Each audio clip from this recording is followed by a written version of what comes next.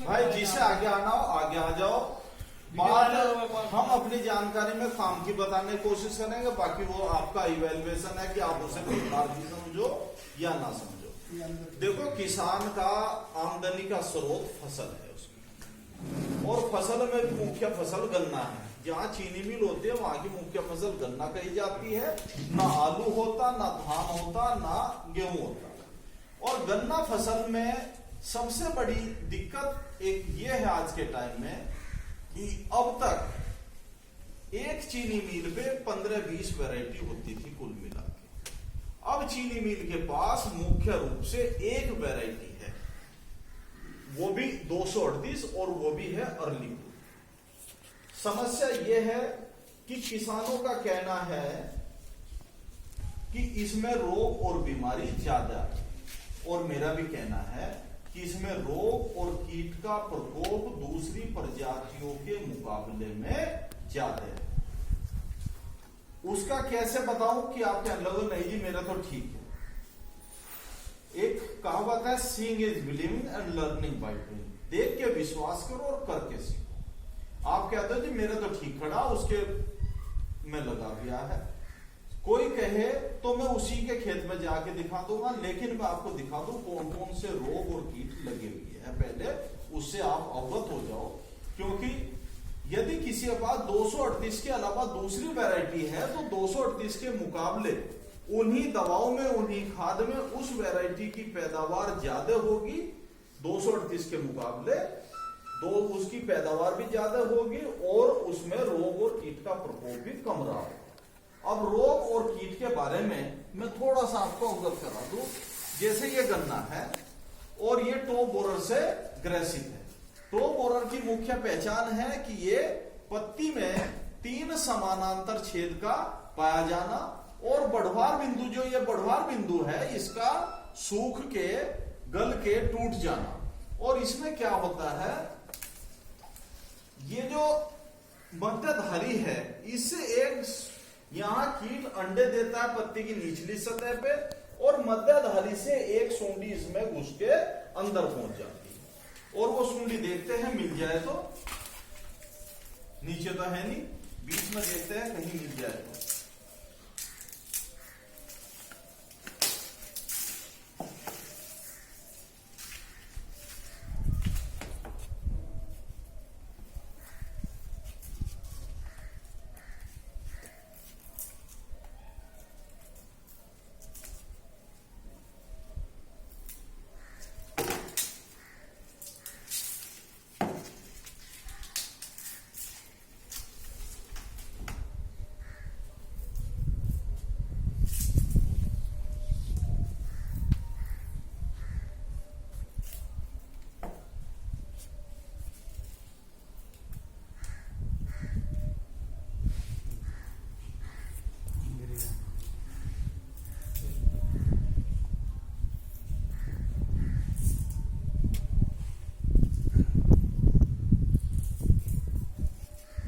Camera यहाँ लो,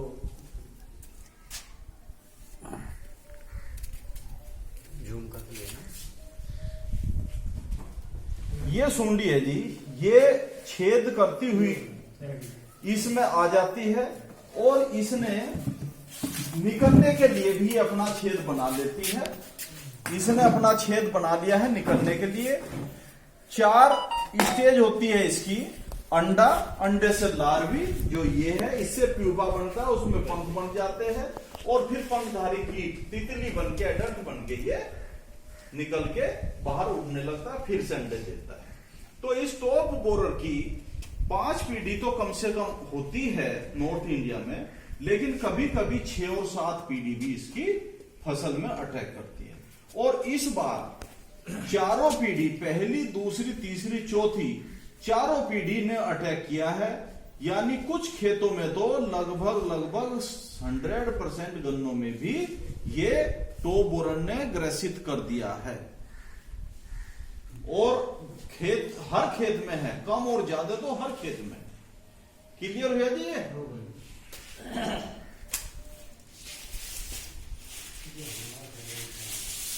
दूसरे एक रोग है गन्ने का जिसका नाम है पोका बोइंग रोग। पोका बोइंग रोग देखो, इसमें वैसे तो टॉप बोरर भी लगा था, टॉप बोरर के तो ये छर्रे है, ये छेद है, लेकिन ये पोका बोइंग में क्या होता है, एक फफूंदी जनित रोग है पोका बोइंग रोग, जिसमें पत्ती गल के यहां से टूट जाती है और गन्ना ठुट की तरह से हो जाता है। इसकी ये टॉप रोड फेज है पोका बोइंग की, और ये फफूंदी जनित रोग है। इसकी यदि रोकथाम न की जाए तो फसल पे प्रतिकूल प्रभाव इसका पड़ता है। इसकी रोकथाम करने के लिए क्या है कि ये बरसात में जब उमस होती है, टेम्परेचर ज्यादा होता है और आर्द्रता नमी भी ज्यादा होती है, उस टाइम पे ये रोग पनपता है, और जो हल्की बौछार वाली बारिश होती है उसमें भी ये फैलता है। तो इसकी रोकथाम करने के लिए कॉपर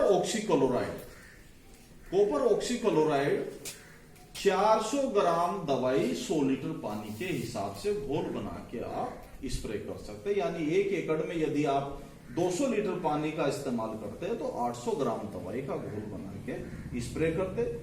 यदि सीओसी डालते हैं तो आप 15-20 दिन के बाद रिपीट करनी पड़ेगी फिर दूसरा स्प्रे।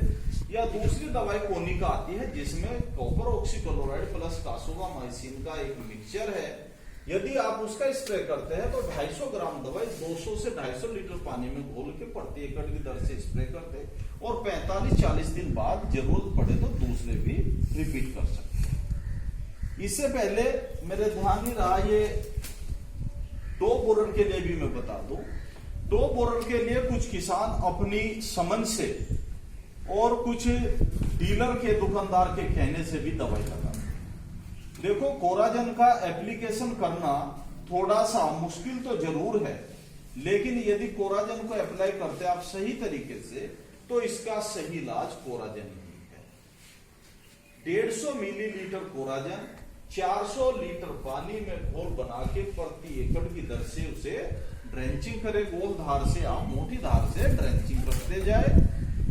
1 एकड़ में आपके 60 कूड़ है और आपको 1 एकड़ में 27 टंकी लगानी है, तो 27 दूनी 54, यानी 2 कूड़ से थोड़ा सा फालतू भी यदि 1 टंकी में घोल बनता है तो उस स्पीड से आप चलते रहे, उसी तरह की स्पीड आप बना के रखे। इसका सफल इलाज यही है।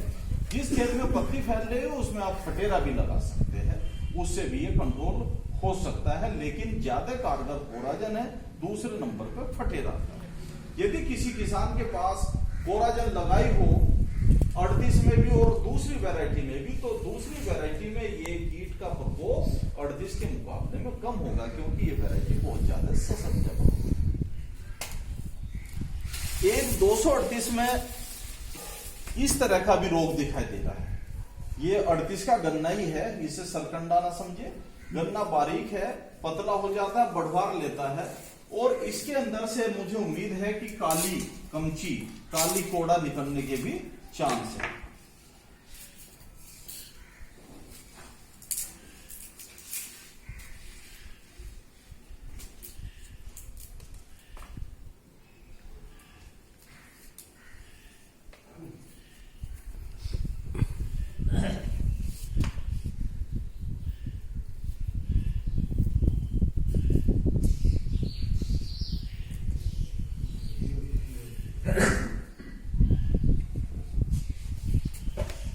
ये काली कमची इसमें बाहर निकलने वाली थी।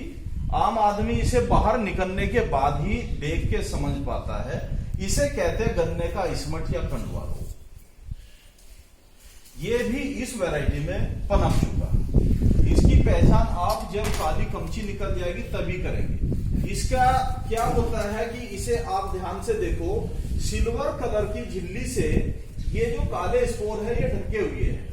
जब बाहर निकलती है तो हवा में सिल्वर कलर की झिल्ली फट जाती है और इसके स्पोर बिखर जाते हैं, और ऐसी स्थिति में ये रोग खेत में फैल जाता है।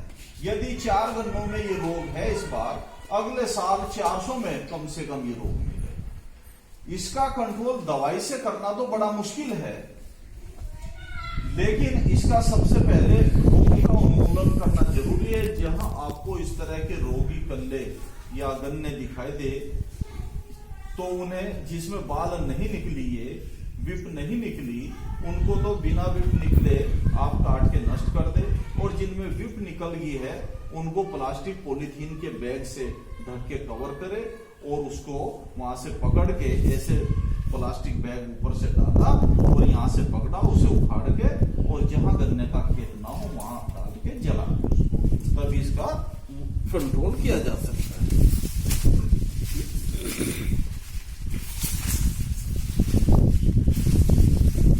ये उठा दीजिए जरा।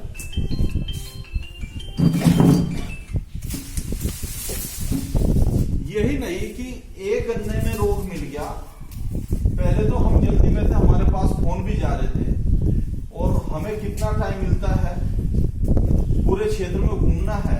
आप इसको देख लीजिए, इसमें विप ये निकला हुआ है, इसमें जो काली कमची, काली कोड़ी, कहीं कहीं पे इसके अलग अलग नाम है, इसमें ये निकला हुआ है। 238 वैरायटी है, आप पहचान भी रहे हैं, और ये विप निकला हुआ है, ये देख लीजिए। तो इसके लिए जो आपको बताई थी कोनी का दवाई, यदि आप निकलने से पहले उसका स्प्रे करते हैं तो काफी हद तक ये उससे भी कंट्रोल हो जाता है। बाकी कहीं निकल जाए तो आप पॉलीथीन या प्लास्टिक बैग ऊपर से डाले और यहां से पकड़ के इसे नष्ट कर दे। आप हर आदमी से देख भी सकते हैं, पीछे पकड़ा दीजिए ना, ठीक है।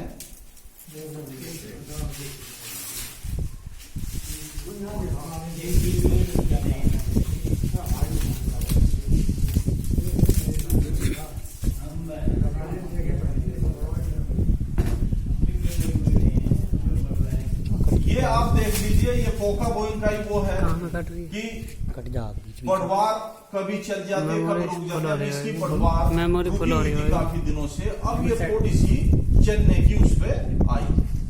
तो इस तरह से 4-5 बीमारी है, रोग और कीट है। एक ये है कि एक वैरायटी होने से कीट को कौन सी पसंद है, ये पायरिल्ला कीट दिखाई दे रहा है। चली कहाँ रही है? पायरिल्ला जिसे आप फिटका कहते हैं, वो भी इस टाइम पे गन्ने में दिखाई दे रहा है, और इसका साथ में पैरासाइट भी है।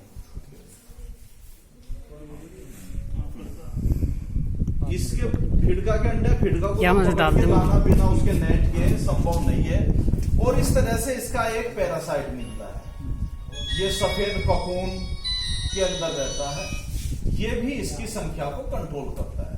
यदि फिडका भी दिखाई दे रहा हो, पायरिल्ला हो, और आपको साथ में ये ककून दिखाई दे रहा हो, तो फिर इसके पायरिल्ला के लिए कोई दवाई डालने की जरूरत नहीं पड़ती, ये स्वतः ही इसको कंट्रोल कर देता है, नियंत्रित करता है, इस पर ये वो करता है। तो ये कुल मिला के है, आइडेंटिफाई करा गया आपको कि 238 में कौन कौन सी बीमारी चल रही है, कौन कौन से कीटों का भयानक प्रकोप चल रहा है। पिछले साल एक और था कि गन्ने में स्टेम बोर लगा हुआ था, गन्ने में बोर कर रखा था नीचे से ऊपर तक, गन्ने में नीचे से ऊपर तक बोर कर रखा था, गन्ना चीरने पे लाल निकल रहा था। तो ये कई रोगों से शिकार हो चुकी है, और एक सबसे भयानक बीमारी है गन्ने का लाल सड़न रोग, रेड रोट का आज तक किसी वैज्ञानिक से कोई उपचार नहीं हो पाया। कोई किताबी तौर में कोई कुछ भी कह दे कि इसकी कोई आज तक दवाई नहीं है, केवल बचाव ही इससे बाकी है। पिछले साल बिजनौर और मुरादाबाद जिले तक 238 में रेड रोट पाया था। अब मेरठ जिले में भी दोराला चीनी मिल क्षेत्र में रेड रोट मिला है 238 वैरायटी में, और हो सकता है आपके क्षेत्र में भी हो, लेकिन क्या है वो बीच में होगा तो नहीं दिखाई दिया होगा, बाद में जब छिलाई करते हैं तब छीलते टाइम और आसानी से दिखाई दे जाता है। तो इस तरह से इस बीमारी, इस वैरायटी का जो लास्ट टाइम है वो आ चुका है। अब इस वैरायटी को रिप्लेस करने की जरूरत है। अब रिप्लेस करने के लिए किस वैरायटी से आप रिप्लेस करें? देखो, जो उपलब्ध वैरायटी है उसी से कर सकते हैं। 3 वैरायटी तो हमारे चीनी मिल फार्म पे भी है और क्षेत्र में भी है, आपके किसान से भी मिल सकते हैं और चीनी मिल फार्म से भी मिल सकती है। एक है सीओजे 85, बढ़िया बम्पर पैदावार, कीट रोग के प्रति सहनशील है, पेड़ी पौधा दोनों बम्पर होते हैं। एक है 118, पौधे की पैदावार 38 के बराबर है, पेड़ी भी ठीक होती है, इसमें थोड़ा सा अलग से देखभाल करने की जरूरत होती है। और एक है कोसा 8272। ये तीनों वैरायटी का बीज हमारे पास उपलब्ध है, जो आपका सरकार ने रेट डिक्लेयर किया उसी रेट पे हमारे चीनी मिल से मिल जाएगा। एक नई वैरायटी है CO 15023। ये वैरायटी भी बाहर से लाके हम किसानों को उपलब्ध कराएंगे, क्योंकि अब एक किसान के पास 3-4 वैरायटी होगी, जो उनमें से अच्छी चलेगी उसे लगाएगा, क्योंकि 8518 और 8272 ये वैरायटी भी कुछ पुरानी हो चुकी है, लेकिन क्या क्षेत्र में अभी ज्यादा नहीं है। नई वैरायटियों में 15023 वैरायटी का बीज आपको उपलब्ध कराया जाएगा। थोड़ा थोड़ा बीज उसे बोने की आप जरूर कोशिश करें। दूसरे 2 वैरायटी और है जो अभी बहुत मुश्किल से मिल रही है। आपने देखा होगा कि कुछ महिला स्वयं सहायता समूह बना रखे इन्होंने, समिति वालों, किसी गांव में चल भी रहा हो, उन समूहों को दे रहे हैं, इनको भी आंखों में मिल रहा है, समिति वालों को भी, जो सीड गन्ना विकास परिषद है उसे भी आंखों में अलॉटमेंट है। तो 13235 और 14201 कोसा 13235 और को लखनऊ COL के 14201, इन 2 वैरायटियों का बीज भी अलॉटमेंट हो रहा है गवर्नमेंट को। इनसे कोशिश कर लीजिए आप, थोड़ा थोड़ा बीज मिल जाए किसी को, या गांव में एक को भी मिले तो मिल बांट के उसे अपना वो कर ले। बाकी हम भी उसको कोशिश कर रहे हैं लाने की और लगाने की। 2 साल बाद, एक से 2 साल बाद आपको मिलना शुरू हो जाएगा। कुछ किसानों को तो 1 साल बाद भी मिल सकता है, लेकिन 2 साल बाद हम उसको आपको उपलब्ध करा देंगे समय रहते। तो ये छोटी सी जानकारी आपको दी गई है वैरायटी रिप्लेसमेंट के लिए। अब इसमें आपका कोई सवाल हो तो आप अपना सवाल कर सकते हैं।